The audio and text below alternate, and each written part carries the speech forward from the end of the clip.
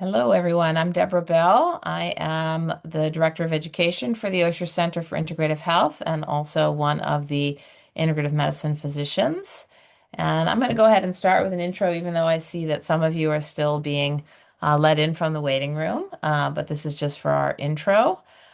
So today's program is our third in our series, which is part two of Integrative Women's Health, Nourish and Balance, as a follow-up to our Integrative Women's Health program from last year. And today we are going to be talking about eating for your constitution, a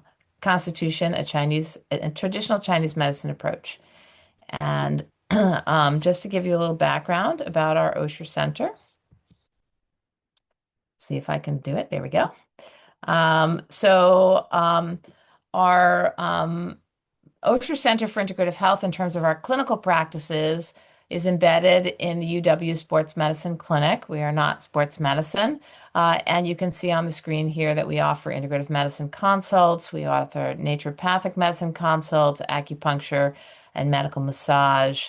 And then we integrate all of these other wonderful components about taking this lens of a whole person view to health, partnering with our patients on their health and well-being.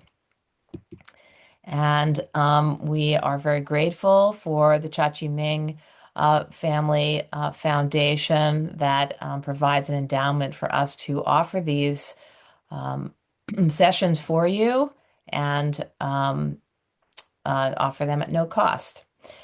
These sessions are recorded and you can refer back to them on our website. For people who are interested, who missed it, you can refer them to our website. The recording comes up about few weeks to a month later. Those of you who have registered will also get an email with that. So the University of Washington Osher Center is part of the Osher Collaborative, which is 11 academic institutions that have been endowed by the Osher Family Foundation, 10 of which are in the US. And here's the map, and then there's one at the Karolinska Institute in Sweden. Our speakers today are our director, Dr. Iman Maj, who is a family medicine, integrative medicine physician, as well as an acupuncturist. And he is the pioneer for having acupuncture services at the University of Washington and is a great teacher of traditional Chinese medicine, has taught elsewhere at Bastyr and around the world. We welcome him on this topic. And joining him is Dr. Stephanie Wang, who is a naturopath and licensed acupuncture who practices at both our Ballard Osher Center as well as the UW Factoria Clinic. And she also has some expertise in integrative women's health and spoke last year for us on breast cancer risk reduction. A word about the setup of this session. We'll have our presenters speak, and at the end, we will have a 15-minute time for question and answer. This time, you will be able to put questions into the chat. The questions will only go to us as the hosts. The other participants won't see them, and we will select as many of those questions as possible for the Q&A at the end. And so if we don't get your question, we apologize, and we'll do our best to get to everyone's and to have things that we feel will be the most helpful for the entire group who are watching. And with that, this is also, we'll put this up at the end. We will be doing a fall series on integrative pain management. So stay tuned for that. And we will always accept donations to help support our various endeavors in education, research, and clinical practice for integrative medicine. So there's a QR code there if you would like to donate, and we appreciate your support. And now I will stop sharing and go ahead with Dr. Maj and Dr. Wang's presentation. Hi, everybody. I'm Iman Maj. I'm the director of the OSHA Center. Welcome to another presentation of women's health that we have. This is one of the topics that I'm specifically very interested about because when I learned about the Constitution and constitutional eating, it did make a big impact on my own life and how I eat and what I eat. So that's why I'm so passionate about it and excited to share the knowledge about Constitution and constitutional eating with everybody else. Next, Dr. Wang is being helping me moving the slides forward. So I was saying next. We don't have anything to disclose, no conflict of interest. Next. The learning objectives, brief overview of hormone changes during menopause, introduce the basic concept of Yang Shen or nourishing life based on Chinese medicine, understand traditional Chinese medicine constitutions. There are many different constitutions, but Dr. Wang is going to go over like the most common ones.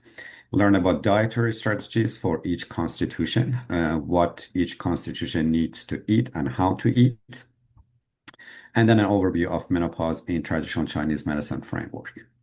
Great.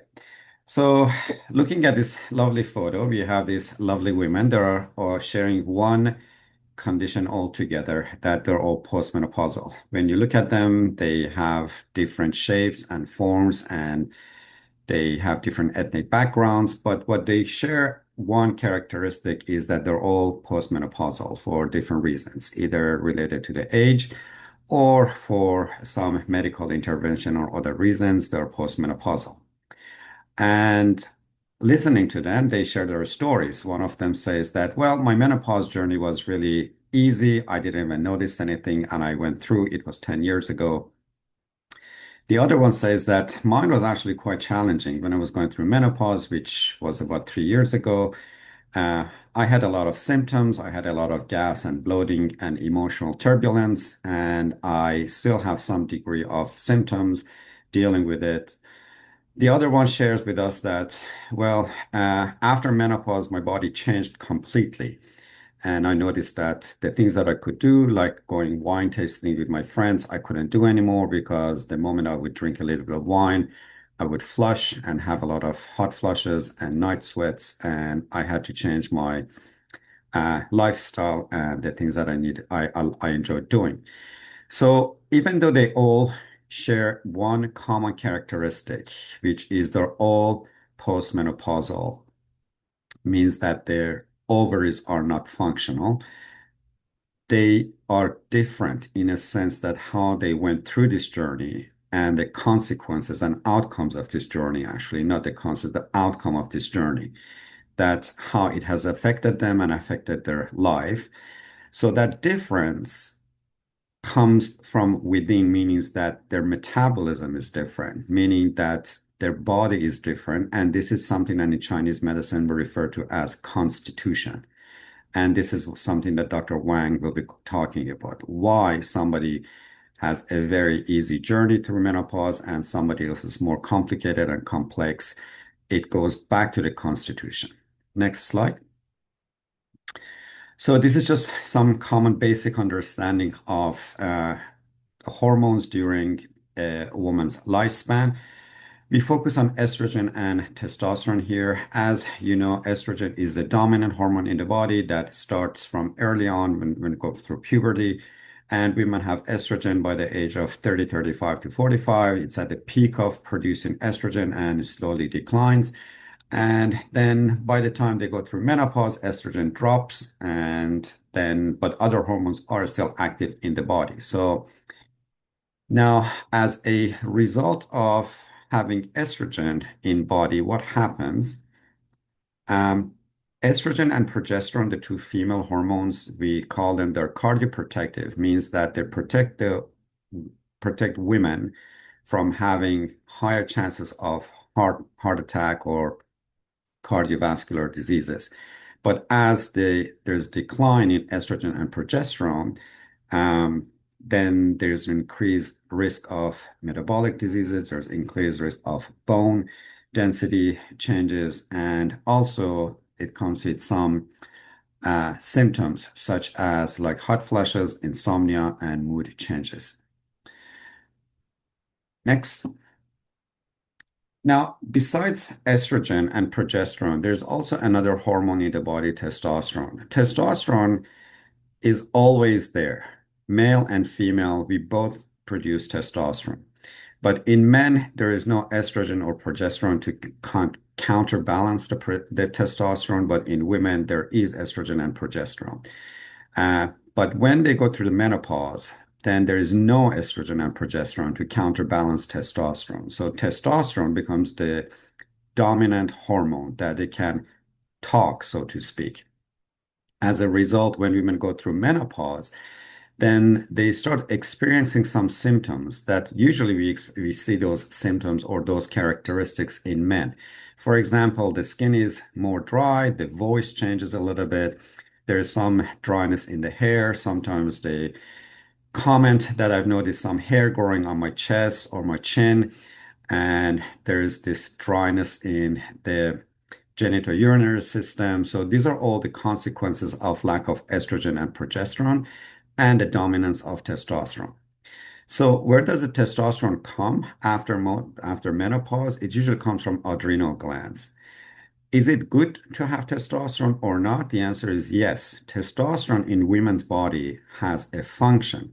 Its function is to help with cognitive alertness, and it helps with the bone density and muscle activity. So it's kind of keep everybody in shape, so to speak. So, but we don't want too much testosterone in the body.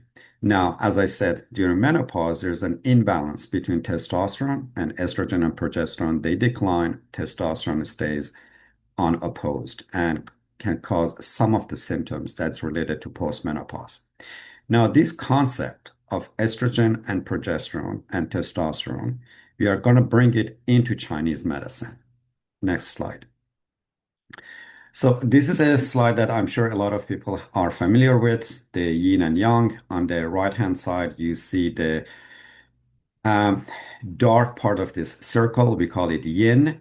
On the left-hand side, it's the bright side that we have. We call it yang. As you may know, in Chinese medicine, these are the two main energies in the body. Yin is the female energy. Yang is the male energy. Yin is the calming energy. Yang is more of the aggressive energy. Yin, now I'm bringing Western medicine into Chinese medicine. Yin is more of parasympathetic nervous system, calm, digestion, absorption. Yang is more of sympathetic nervous system. Go, go, go, get things done, fight or flight. There's a circadian rhythm between yin and yang in 24 hours, and in 24 hours in the morning at 6 o'clock in the morning, the yang energy kicks in. And we wake up, we are getting ready to start the day.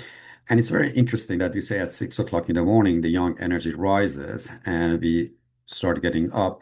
Physiologically, in Western medicine, we see that when we get towards morning, 6 o'clock in the morning, cortisol goes up. The cortisol in the body rises, so we wake up. And in the evening, the yin energy dominates. So we feel a bit tired, we're getting ready to go to bed, and we kind of wrap things up. And at nighttime, now physiologically, cortisol goes down and the body goes to this state of calming down and getting ready to go to sleep. So even though yin and yang are conceptual in Chinese medicine, but they overlap perfectly with cortisol and production of cortisol in the body in Western medicine. Now, where do these hormones fit? Estrogen and progesterone, they belong to the yin part of the energetics part of the body. And testosterone and DHEA and cortisol, they belong to the yang part of the body. And there should be a balance, constant balance between the two for the optimal function of the body. Next slide.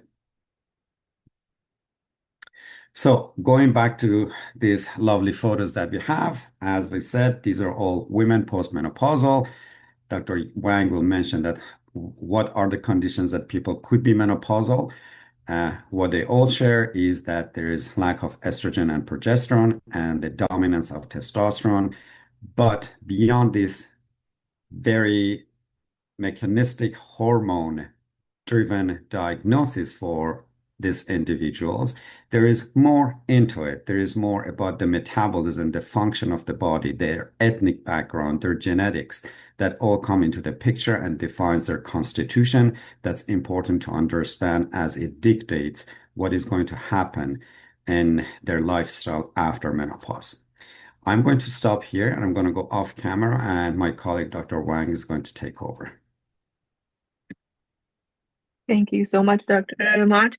Hope everybody can hear me okay. Thank you, Dr. Mott, for that excellent overview for today's talk. And so, hello, everyone. My name is Stephanie Wang.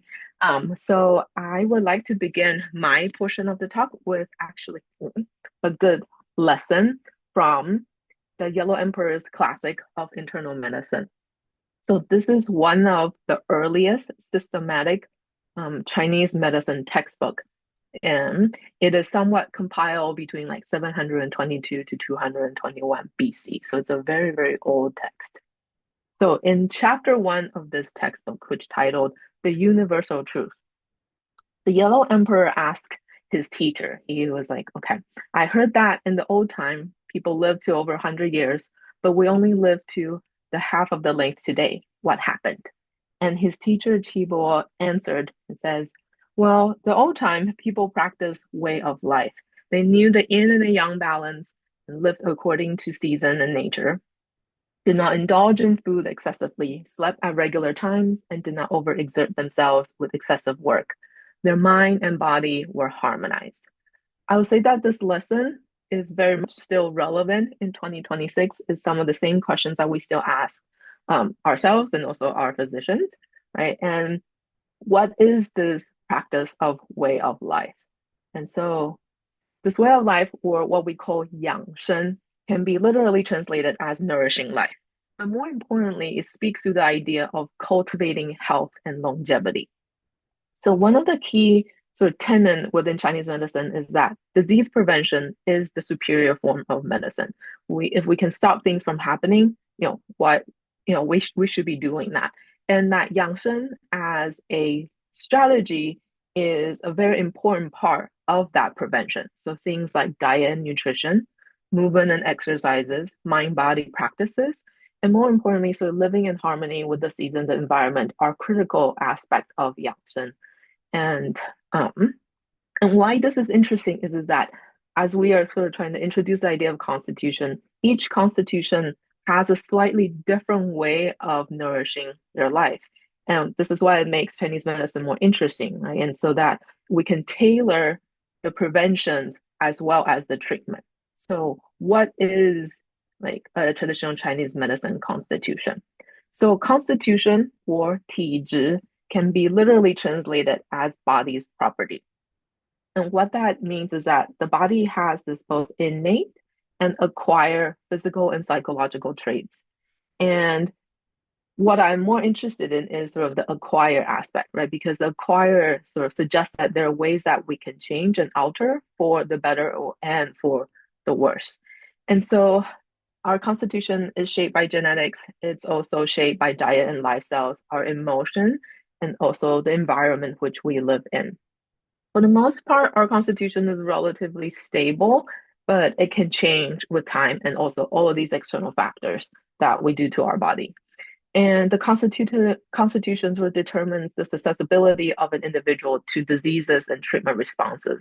And so that's why some people, let's say, have a harder time during menopause, or some people, they have sort of no symptoms during menopausal transitions. And why this is sort of important and also interesting from a Chinese medicine perspective is that the different constitution does speak to why people respond differently. And that difference sort of is related to one of our treatment, sort of the key treatment tenets within Chinese medicine. It is called 同病异治. So it's translated as same disease, different treatments. So a good example could be, I have two different women coming in, telling me like, well, I'll have hot flash and the hot flash is really disrupting my sleep. Like, what can we do to help address the hot flash. But from a Chinese medicine perspective, because of their differences in constitution, they would be offered different sort of acupuncture treatment, for instance, or different herbal formulas for them. But when we're thinking about more sort of more allopathic or Western medicine perspective, maybe they have hot flash, they maybe recommend medications for management of their hot flash.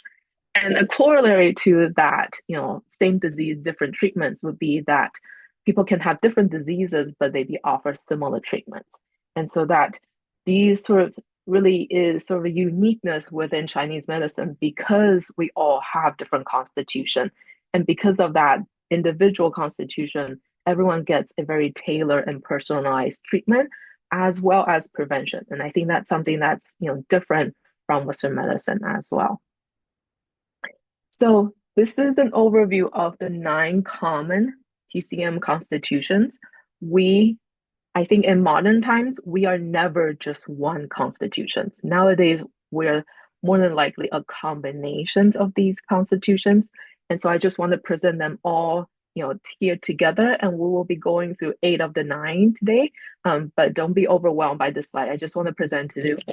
Remember, everyone is more of a combination. It's rare for us to be single constitution now.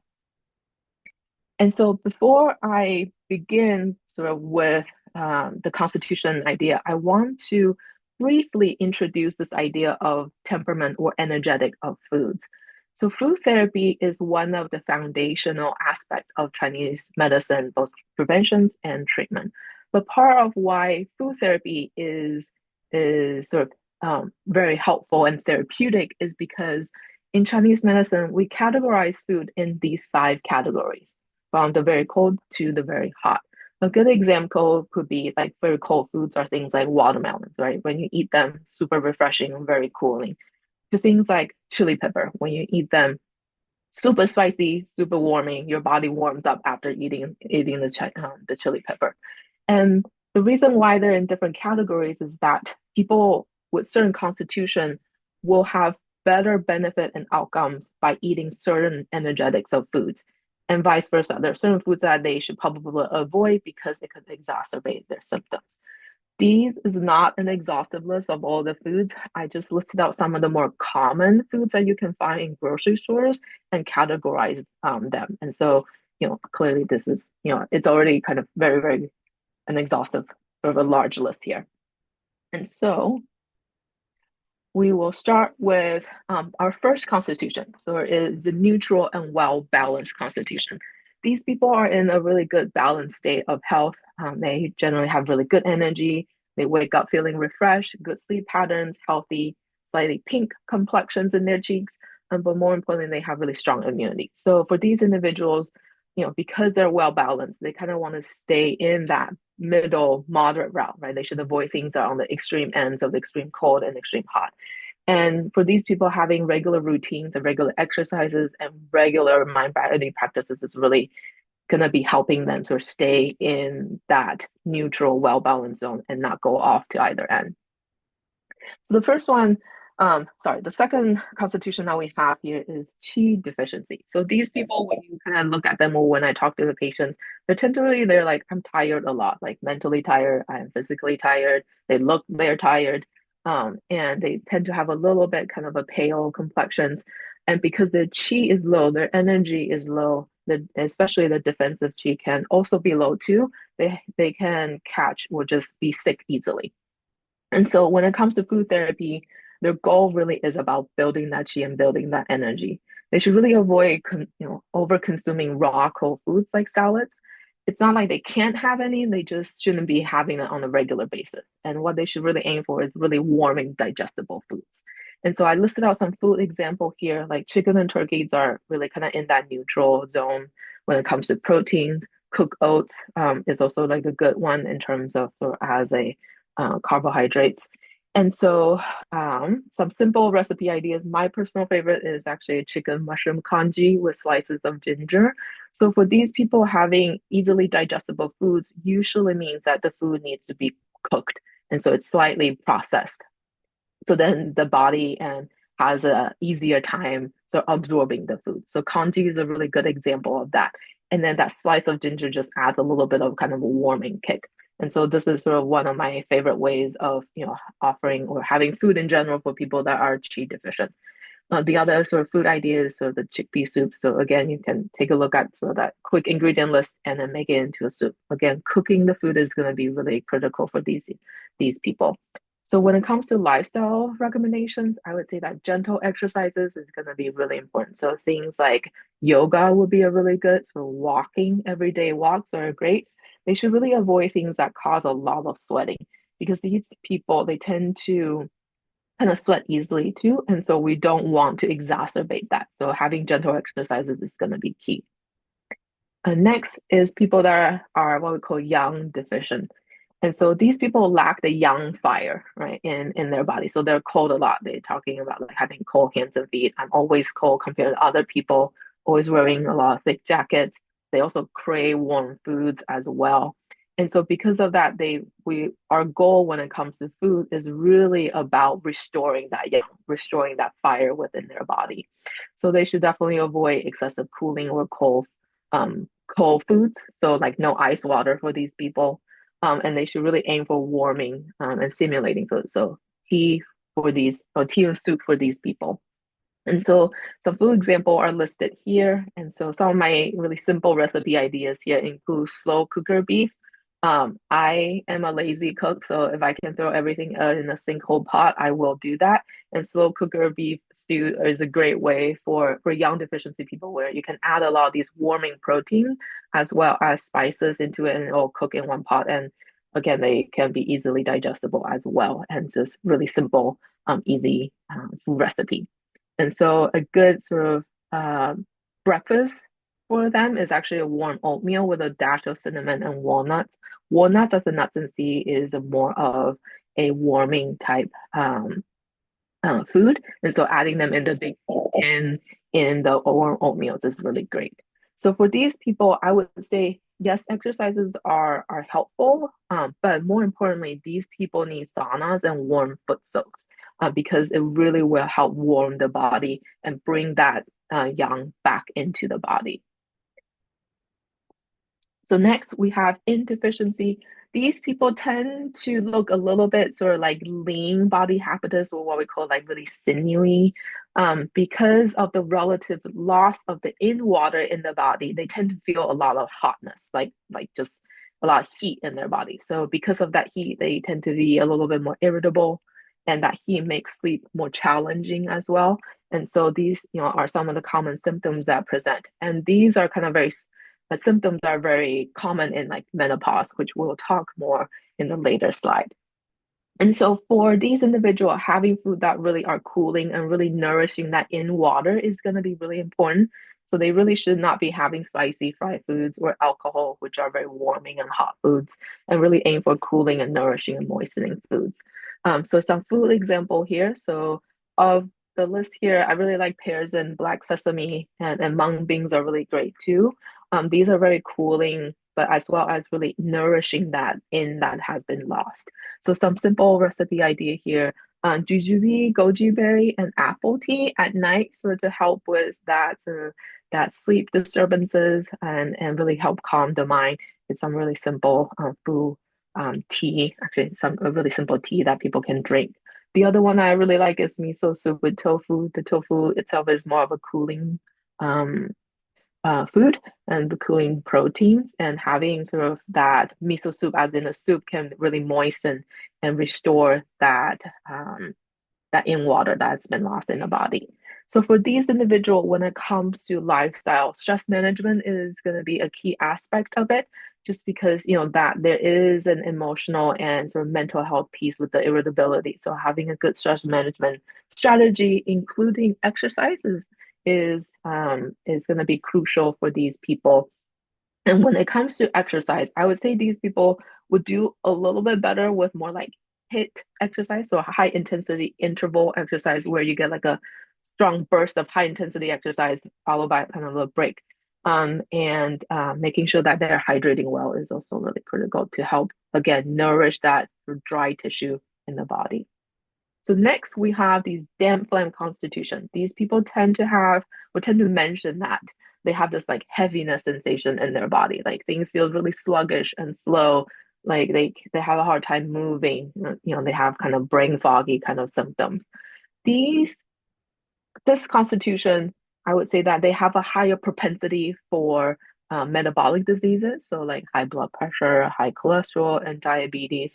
And as such, I think a lot of their dietary and food therapy goal is really trying to reduce those risks. And so really want to avoid ultra processed foods or things like fried, greasy, sweet foods, and also avoid cold foods as well. The coldness actually can sort of make the damn phlegm harder to release out of the body. And so we want to avoid cold foods and really aim for neutral to warming foods to help really improve the metabolism. So some of the food, I listed some food examples here, but a lot of it's going to be, I think, vegetable based for these people to include in their diet. And so some simple recipe ideas include like stir fry celery, bell peppers, mushrooms, carrots, and garlic. So really simple, just stir fry vegetables. The other one that I uh, sometimes recommend to patients is the azuki red bean. So the Japanese azuki red bean with jostir, which is a type of grain. And when you cook them together in kind of the water and drink the water, it actually helps release that damp, which is that damp phlegm, that heaviness sensation in the body. And so when it comes to lifestyle, I would say that these people really need consistent daily exercise. So consistency is going to be the key to help these individual really relieve kind of that heaviness and then that damp sensations in their body and kickstart and also improve their overall metabolism in for them. And the other thing is that appropriate amount of sun exposure for these people can be helpful because that sweating can really help release that dampness that's sort of kind of locked in their body. So again, consistent daily exercises. Next, we have these damp heat individual, which has sort of a combination of the dampness, that heaviness, and also like a heat presentation. So these people tend to look a little bit having like an oily or like acne prone skin on their face. And sometimes if they have a little bit more like more intense symptoms, they can describe like I have some sort of like a bitterness taste in my mouth. And because of the heat, they can tend to be a little bit more irritable as well. And so for these people, the food therapy goal really is about clearing the heat and draining the damp. So really get rid of the things that they have too much of. So they should really avoid smoking, alcohol, fried and spicy food. So similar things like to people that have that damp phlegm presentations and really aim for eating cooling and light foods. So really good, I would say for these type of people, the mung beans are a really good option. So mung beans are these green looking grains and it is a very cooling food. And so when you can like cook them in water and then you can both eat the mung beans or like drink the tea, eat the water out of it. It's a very popular, I would say, like dessert and food within Chinese medicine. And the other thing is sort of like a simple sort of recipe idea about is sort of lemon and cucumber water for these people to really help get rid of the dampness and be cooling to them. And so for these individuals, having high intensity exercises is going to be helpful in terms of really get rid of the dampness. But what they want to avoid is really avoiding activities or at least high intensity activities in the summertime because that heat and also depending on where you live in the summer, if your location tend to have more of a humid summer, these people will have a harder time in the humid summer. And so what they will want to do is sort of avoid having a lot of activities outdoors and maybe try to do more of the activities indoors as well. And so next we have our blood stasis constitution. These people can both be kind of a lean or large body habitus, but what they tend to have in terms of common characteristics is that they tend to have a darker kind of complexion. They have like easy bruising and darker spots on their body. And it really just suggests sort of poor circulation, that blood is sort of like pooling in their body. And so the food therapy goal is really about invigorating that blood, allowing that blood to flow more smoothly in the body. And so for these people, really avoiding cold, fried, or raw foods and highly processed food is also going to be key. The coldness is really can sort of exacerbate that stasis of the blood, and really aim for foods that really improve circulation. So having a little bit of, moderate amount of red wine makes sense. When you drink red wine, your body kind of starts to warm up and it will help invigorate the blood, allow the blood to kind of circulate. And a lot of food that you see here, can be they have amount of like kind of warmth to it, especially when it comes to the spices, because that will really help improve and move the qi and the blood in the body. And so some of the simple recipe ideas I have here is just like stir fry bok choy with mushrooms. Again, like vegetables, is going to be helpful for these people as well. And also like stir fry eggplants with bell peppers, and to really help in terms of moving the body. And certainly adding a little bit of like spice, like gingers and turmeric to these stir fries will really help with improving the circulations. And so for these individuals, when it comes to more lifestyle recommendations, so moderate intensity exercises are going to be more helpful for them. It's really about movement for these people and having continuous movement to really move the blood and improve that blood circulations for them. So stretches or yogas or any type of really moderate movement will be helpful for them. But really is about sort of also again maintaining that regular routine. So last, we have our chi stagnation people. These people are heavily influenced by stress, and they can have strong sort of irritability to their mood and strong mood swings or significant sort of premenstrual symptoms in them. And so sometimes you can see these people, they can like one of my kind of when I'm looking at patients or I'm kind of just watching people, and people that kind of sigh a lot, they tend to, to be kind of these chi stagnation people say, ah, well, gotta do this. Oh well, I gotta do that kind of a thing. And so for these individual, having sort of food therapy goal is going to be about chi regulating. Sort of the chi is stuck in the body, and we really need to promote that chi to be flowing smoothly again in the body. And so they really should avoid sort of cold, raw, highly processed foods. And then really aim for green leafy vegetables and aromatics. Again, the aromatics have levels of directionality to their food. So a good example of that would be like wasabi, right? Like if you accidentally ate a lot of wasabi, that spice and just goes straight, to your head. So there's like directionality to foods. And so aromatics, they allow and then they support, the chi to regulate and to move within the body. So having those type of food and in the diet is going to be helpful for these individuals. So citrus is actually a lot of citrus food can help promote that chi circulations. And as you can see, there's a lot of more like herby type and very fragrant foods in this example. And so some simple food recipes is like carrot ginger soup or rose hip and mint tea is also kind of really good aromatic. But for these individual, I would say while foods are important, stress management is going to be really critical for these individuals, and having strong social network is going to be helpful for them to process a lot of kind of their mental health and their moods. And again, moderate intensity exercises are more suitable for these individuals. So now that kind of I quickly went over, I know that that was a lot of information. So kind of about all of the various types of constitution for in the body. Let's see how like this applies to menopause. So a quick definition when it comes to menopause, it means that a person has 12 consecutive months of no menstrual bleeding, including spotting. So currently, the average age of menopause in the United States is about 51 years old across all sort of racial groups.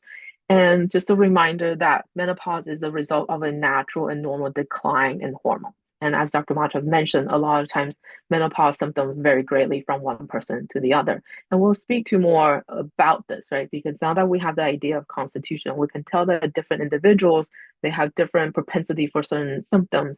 And that speaks to why a lot of times different women or different individuals, they have a different sets of symptoms when they're going through menopause.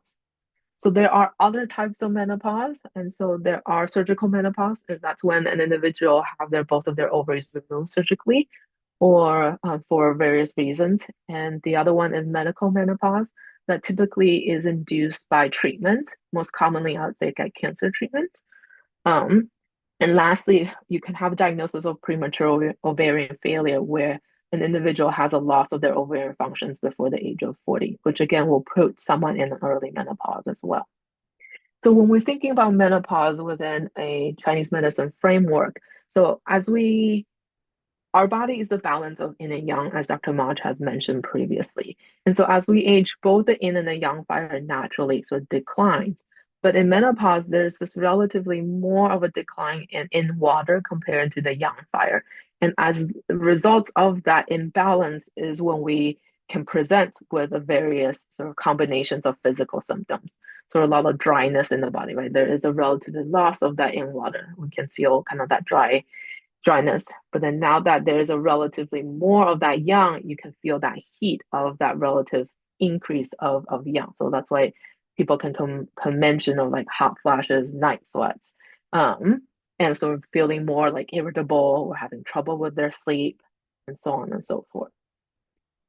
And so while when we're thinking about, menopause in a Western or allopathic framework, there are just sort of like a collection of symptoms, right, within menopause.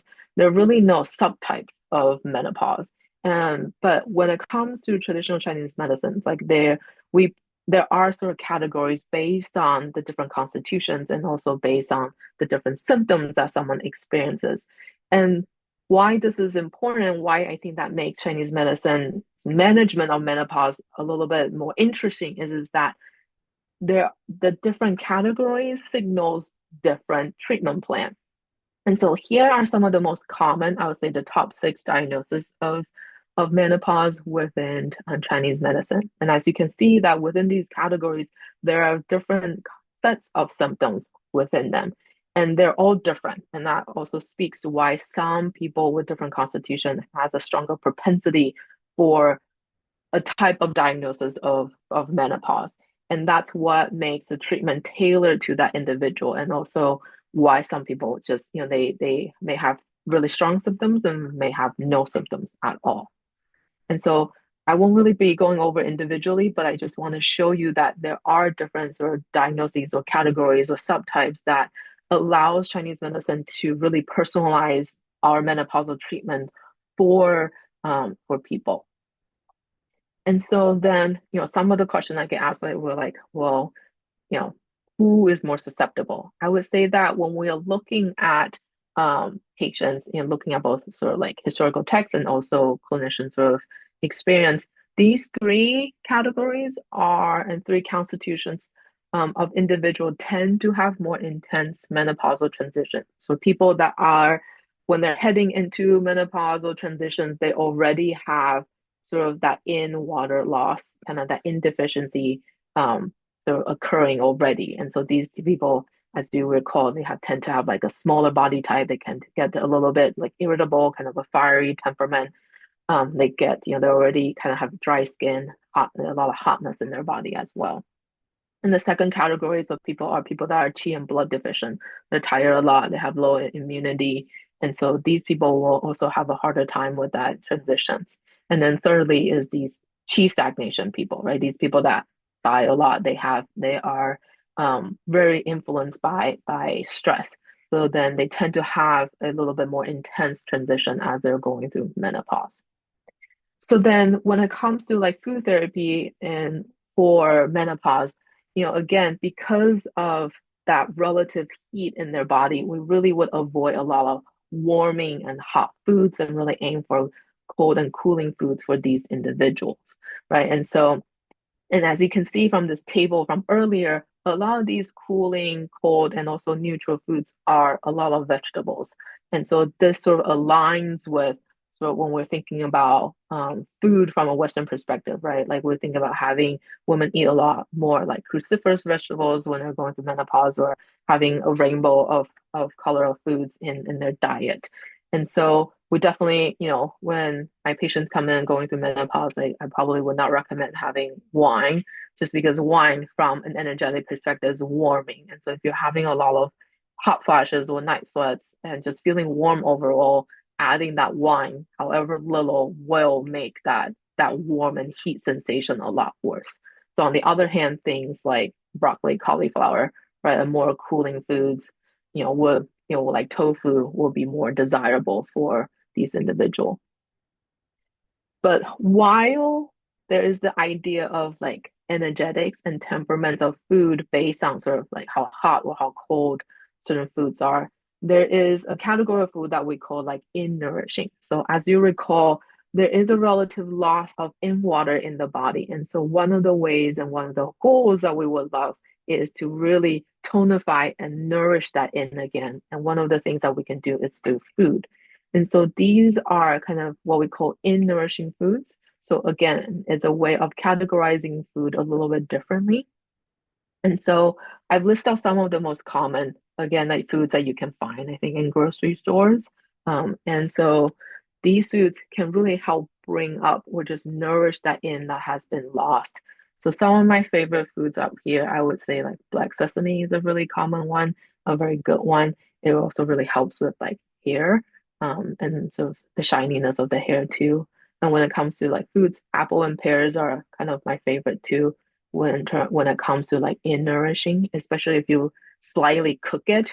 And so warming it up actually helps really moistening the tissues and nourishing the in. The other thing here, a lot of, as you can see, a lot of beans and legumes also falls into that categories as well. So lastly, I thought I include a little bit more of an interactive portions of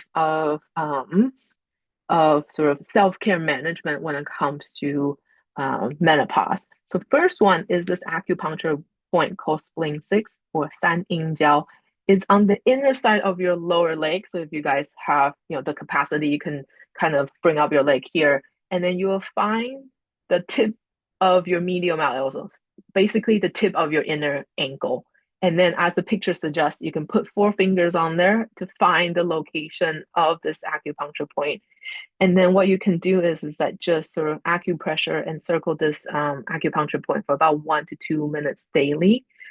This particular acupuncture point is unique in that there are 3 different channels that actually crosses this acupuncture point, especially the channels that really help support the in part of the body.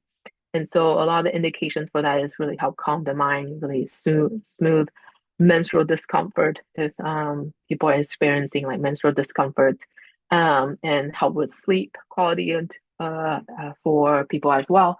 And then, but most importantly, I would say this acupuncture point really, really helps nourish the in and then the blood.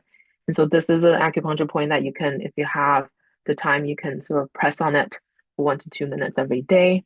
But you want to be careful that for people that are in the middle of pregnancy, they should not be, at least they need to talk to their acupuncturist to see whether or not it's appropriate for them to be acupressuring this location. And a side note about this acupuncture point, for people that, whenever I'm recommending warm foot soaks, this is also kind of the location mark, if you will, that I make sure that, when you're having foot soaks, the water level should be at least slightly above. So then you get most of your foot and ankle submerged in the warm water. Okay. And the next one is called Bai Hui. It's at the crown of the head, directly sort of between your ears, and then you just kind of press on it. It's really at the top of your head here. And what in particular, what I like about this is that it is the tallest acupuncture point in the body. It's, because it's at the crown of the head, it's closest to the sky. And so what it really does is that it really helps sort of raise the qi in the body. And so it alleviates and improves mental functions, and it really stimulates all of the channels. Bai Hui literally means like 100 meeting points. So a lot of the channels will really come up to this location here. And so what you would do is when you wake up in the morning, you kind of want to rub your hands together until they're warm.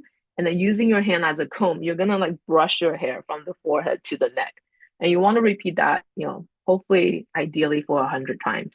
And so that will really help you kind of wake up and also stimulate the qi and bring up the qi to the body and allowing you to wake up.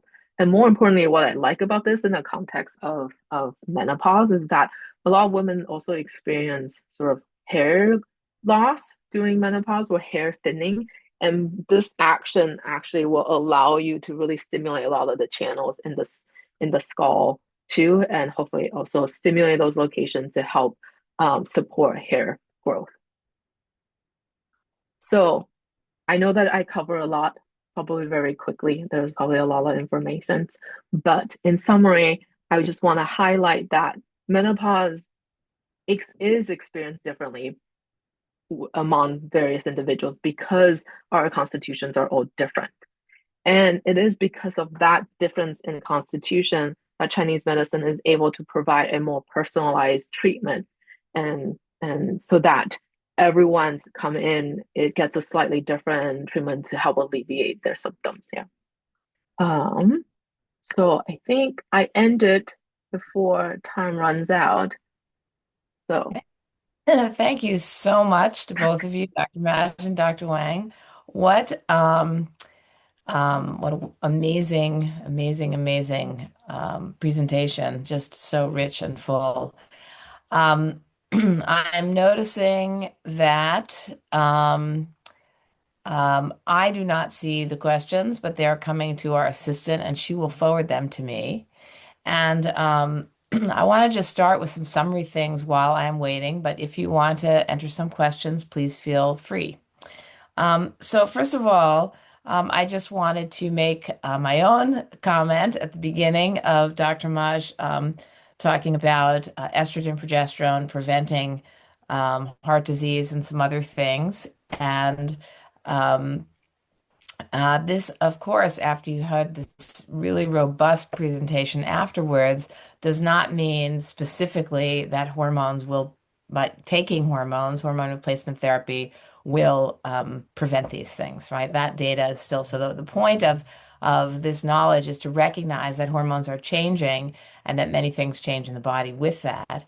And this Chinese medicine approach is a great way of learning how to work with our body. And I thought it was just such a wonderful presentation to remind people that traditional Chinese medicine is not just about acupuncture and putting on needles, that it actually is this foundation that we can utilize from this mindful way of paying attention to our bodies to begin to adjust a lot of our lifestyle things based on these descriptions of constitutions.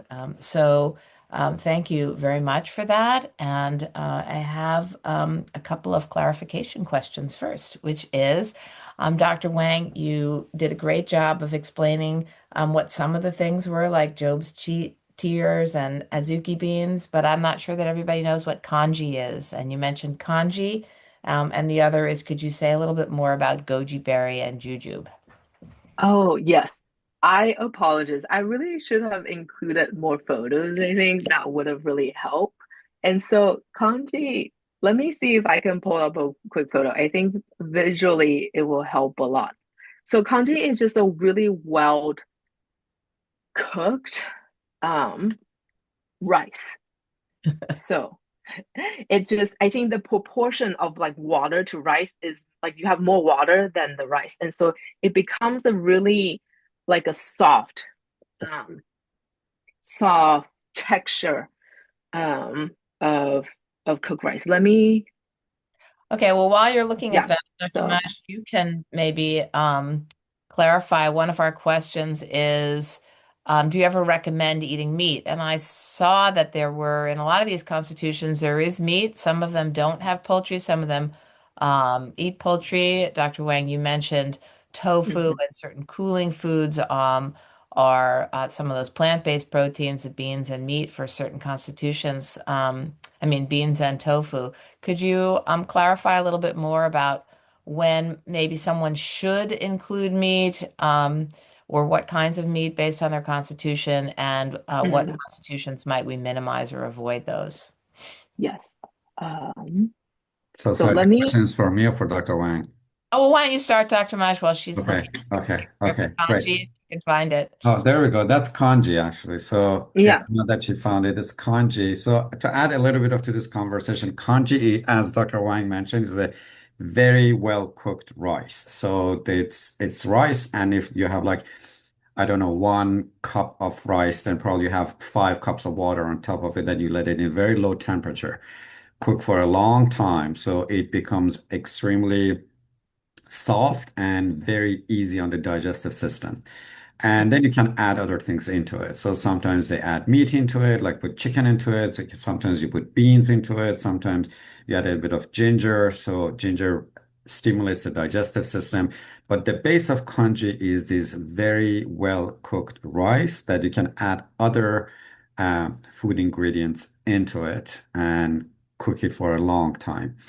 Now, why we talk about congee before we go to the meat, before I forget about that, is think about digestive system this way. That our digestive system is inside the body. We have the stomach and then we have a pancreas.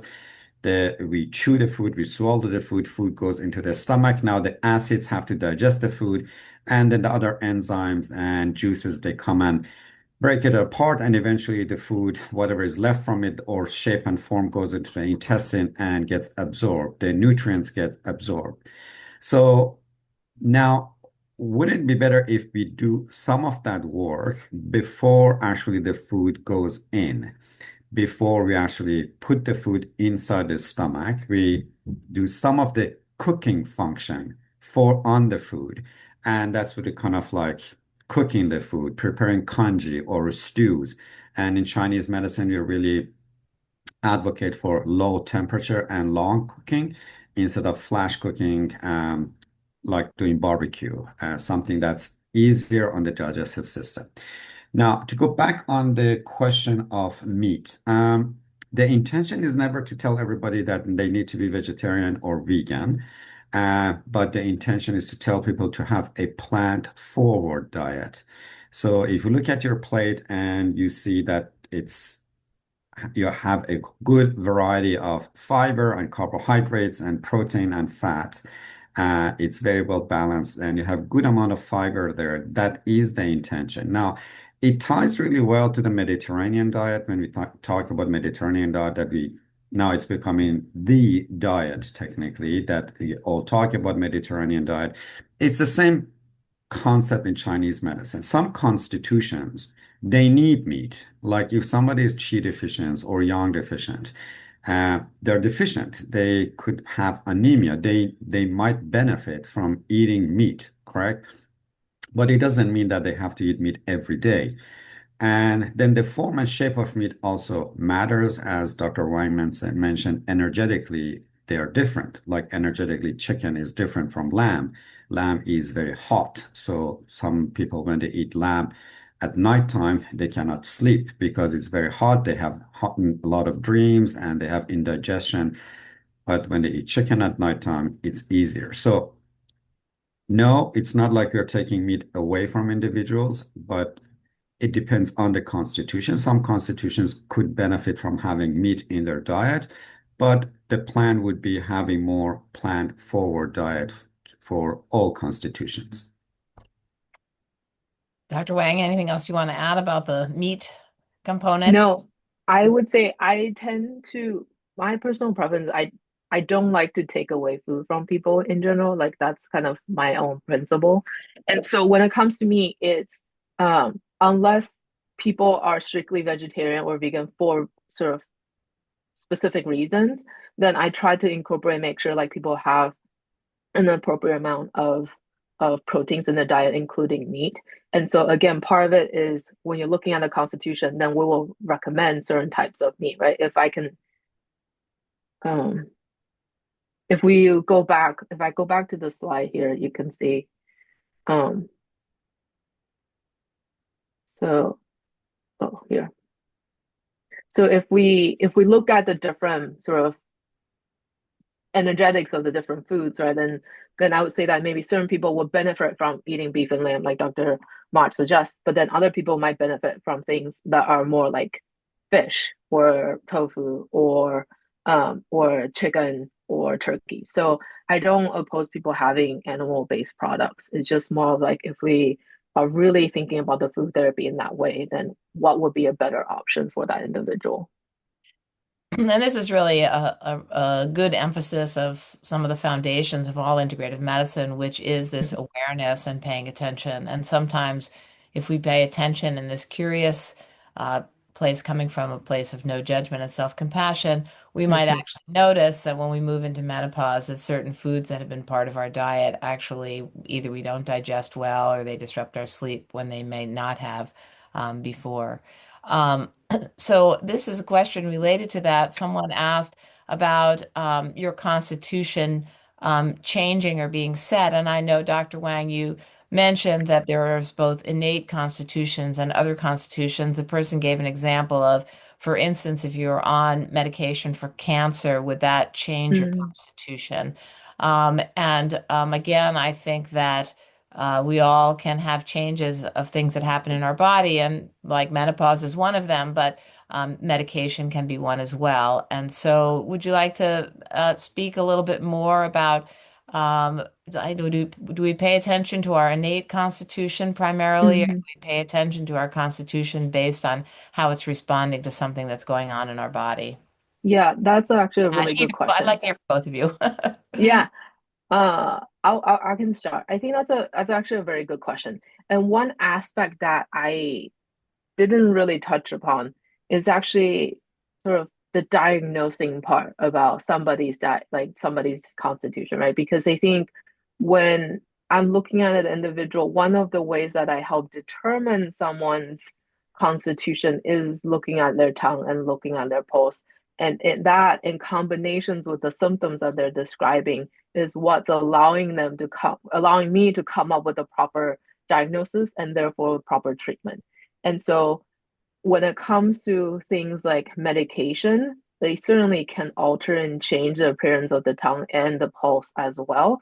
And so that sort of helps determine sort of where they are and how the body is responding to such external factors such as medications. And but at the same time, I think it speaks to the person's state at that time and how their body, because it's about their body's response to that certain factor. Because if you give the same medication to another individual, they might have a slightly different presentation as well.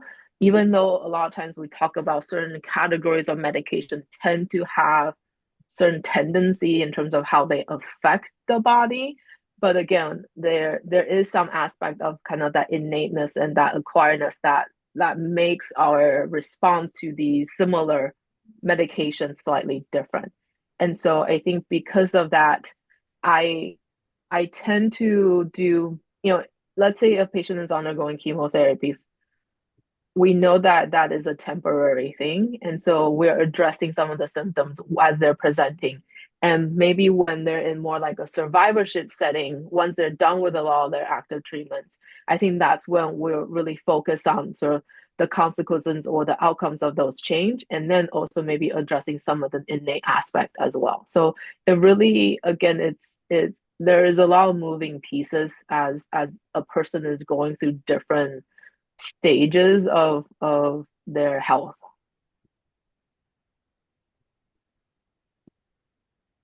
I don't I don't know if Dr. Mach has anything. Sure, yes, I can add a little bit here.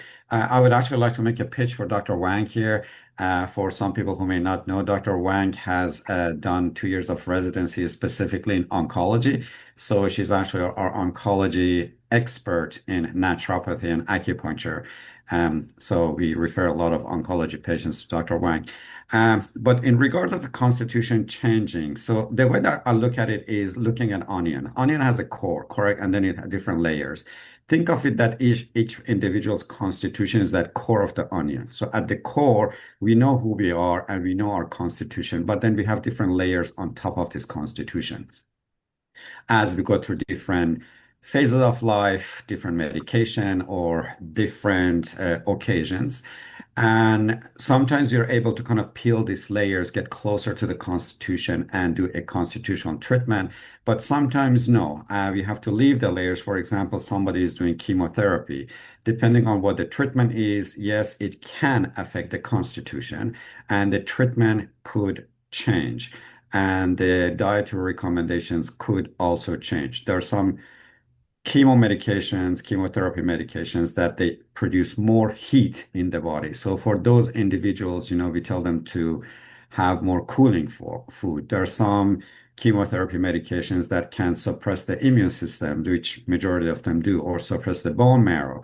And by suppressing bone marrow, they can cause anemia. So for those individuals, we suggest that they eat more nourishing and tonifying food. So depending on what the effect of the medication is, the treatment could be um, tailored and modified based on where these individuals are.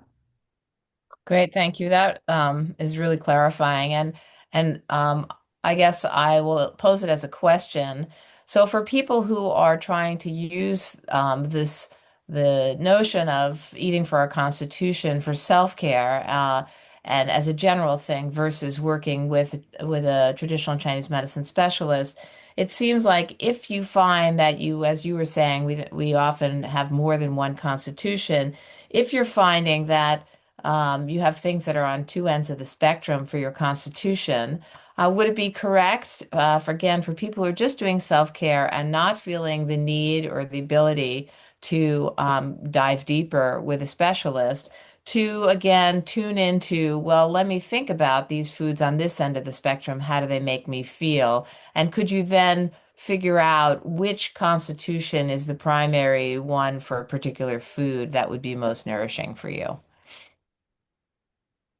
Yeah, so if for instance you are supposed to be avoiding cold foods, but you also should be focusing on, cooling foods, like, what Yes. are the Yeah. how would you just pay attention to what you're noticing to help you to figure out which end of that spectrum you should lean on? Yes, I think it's a good question and pose it this way that it is a spectrum, correct? It's a very spectrum, and we kind of move in between different phases or different levels of this spectrum. So, one of the main things that focusing on the seasons and eating based on the seasons, and the other thing is that what works for me. Like it's the same thing when we talk about food allergies in Western medicine. We usually tell people kind of the diary and make sure that you kind of keep track of what you ate caused these symptoms. It's the same thing. It could be the same in Chinese medicine that if I eat, for example, this very heavy, creamy, oily food, then I start feeling sluggish and foggy headed. Maybe that's not the best for my constitution. But if I'm eating this well-cooked stew, with a lot of vegetables, and then I feel light and energetic. So that would be something that's more in tune with my constitution. So these are the things that we learn as we go, but having that awareness around that our general constitution can be guiding towards what we eat. Now, something I wanted to add here is like people come to us and they say, I'm doing everything healthy. So I'm giving you an example. We have this very lean female coming seeing me, and they exercise a lot, like 45 minutes every day. They do yoga. And when I ask them, what do you eat? They say, I eat very healthy. But I'm always tired. I don't have energy. I don't sleep well. And my period is getting more scattered and scanty. So I don't know what the issue is. For us as Chinese medicine practitioners, the question is that what is healthy for you, correct? So as Dr. Wang mentioned, I look at their tongue. The tongue is pale and puffy and big. So that's an indicative for me as a Chinese medicine practitioner that there is some deficiency. They do not have enough nutrients. Next question is that what are you eating that you refer to as healthy? Well, I eat a lot of salad. I eat salad for lunch. I eat salad for dinner. And so there's a lot of greens and it's really good. And beans, yes, it is good. But that healthy food that you're referring, that healthy diet that you're referring to is not the best for your constitution. Your constitution, based on your symptoms, based on your tongue, is deficient and would benefit from cooked food. So you need to cut back on the amount of salad that you're eating and add more to having some stews and cooked food to kind of nourish your body. So that's how the dietary part of Chinese medicine comes into the picture of practicing Chinese medicine. Great, thank you. We have a few more minutes to talk about our questions and answers, but for people who arrive late in the presentation, I just want to let you know that someone asked about having slides. The video of these presentations, which will include the slides, will be put on our website. And for those of you who have registered, you'll get an email once that's available. It's usually a few weeks before we get it up there, and then you'll have access to the slides. And also, we've put up our final slide here just to invite you to keep your eye out for invitations to register to our fall series, which will be on integrative pain management, and also a QR code. Um, uh, for donations. Also, you'll be have a quick survey that we're asking you to fill out for us about these presentations. It really helps us a lot to guide for what people find to be helpful. So please take a moment to fill that out for us. And then I guess the final question, I really love the acupressure points, and I feel like self-acupressure is a great way for self-care. Dr. Wang, I know that people often ask about, do you have to do both sides? Should you do both sides at the Mhm. same time? Mhm. And if you could say something more about that. Yeah, so that's a really good question. I would say that in general, um, you want to do both sides. Like the ideally, like you want to stimulate both of those acupuncture points. And so, for instance, the one that I illustrate that was on the lower leg, you definitely want to acupressure both the right and the left leg to help stimulate those acupuncture points. So certainly the one on the top, there's only one point for the entire body. But when it comes to more on the both sides of our body, I would say you want to stimulate both. So and so sometimes I would say that acupressure can be a very involved process and it becomes sort of a self-care in and of itself. And I kind of take a look at it as you're both acupressuring, but then it's a way of adding a little kind of like a stress management and mental health technique because you kind of are by yourself doing a lot of these things. And so it gives hopefully allows an individual time to themselves to take care of themselves that way. And so because sometimes when we will recommend like multiple points of acupressuring, then it's like it can the time really adds up that way. Great. And I just want to continue a theme that have been throughout our Integrative Women's Health series, both last year and this year, of the notion of that all of these processes, puberty, our menstrual years, pregnancy, perimenopause, menopause, postmenopause, are all part of a natural component of health. And I think the opening statements from the question of the Yellow Emperor about how do we live a healthy, long life. And there's so much out there now about supplements and hormones and things we have to do for longevity. But really, we can gather a lot of wisdom from our own body, from our constitution, from the way we eat, from the way we manage things. And then integrative medicine has many more things to offer us above and beyond that to help us so that these transitions can empower us to feel well. So I thank you so much for your fantastic presentations and this lens of things. The survey will pop up after you exit the Zoom meeting. So if you could take that moment to do that. And we thank you for those of you who have participated in all three this year. Thank you so much for your attendance and your attention. And we hope to see you again in the fall. Thank you so much. Thank you. See you See soon. you.